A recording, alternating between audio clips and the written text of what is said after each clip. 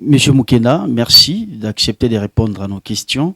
Antoinette Nsamba, la ministre nationale des Mines, suspend toutes les activités des Boss Mining pour 3 mois. Elle a évoqué les raisons des pollutions. Est-ce qu'on est sur une bonne dynamique dans la politique d'assainir la dimension environnementale dans les secteurs miniers?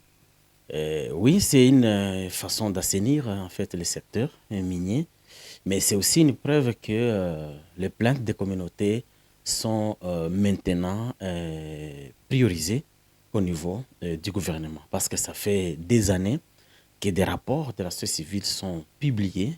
Ces rapports documentent des cas de pollution environnementale, des cas de destruction de moyens de subsistance des communautés vivant autour des mines, mais nous n'avons jamais enregistré une décision de la part du gouvernement, soit une décision de suspension des activités d'une entreprise, comme c'est le cas avec Boss Mining, soit une décision interpellant, par exemple, les acteurs miniers, soit une décision déférant un dossier pareil en justice, et tout ça, parce que les preuves sont là. Vraiment, nous saluons cette décision et nous exhortons Madame la ministre vraiment d'aller plus loin, c'est-à-dire, pour nous, de ne pas lever la mesure si les raisons qui ont motivé cette décision vont persister. Boss Mining, dont les activités sont suspendues pour 3 mois, est-ce que cela ne va pas représenter un grand manque à gagner pour l'État congolais? Il faut faire une petite analyse sur la question. Effectivement, les entreprises minières créent, donc participent à l'économie du pays. Elles créent des emplois, même si ces emplois ne sont pas décents.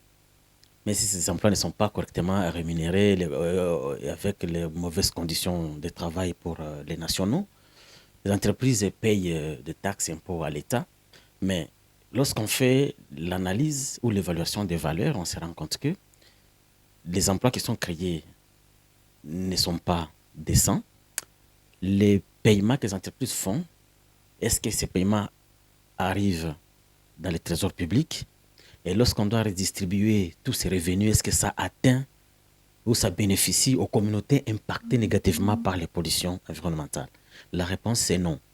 Je pense que devant ces emplois non décents, devant tous ces paiements qui n'atteignent pas en termes de redistribution les communautés impactées et devant les impacts négatifs causés par les activités de boss mining vis-à-vis des communautés, vis-à-vis de l'environnement, notamment l'air, l'eau, le sol, je pense que la décision est salutaire. Et concrètement, et peut-être aussi de manière permanente, comment faire pour exploiter, en même temps maintenir l'équilibre environnemental? Ah oui, en fait, la loi prévoit des études d'impact environnemental qui doivent être menées par une entreprise et les résultats des études sont certifiés, hein, et validés par l'État congolais à travers ses services, notamment la DPM. Et dans ces études, il est prévu tout ce qui a comme impact ou tout ce qui aura comme impact pendant l'exploitation. Il est même prévu dans ces études des moyens d'atténuation, des moyens de remédiation. En cas d'incident, comment l'entreprise doit remédier? C'est même prévu.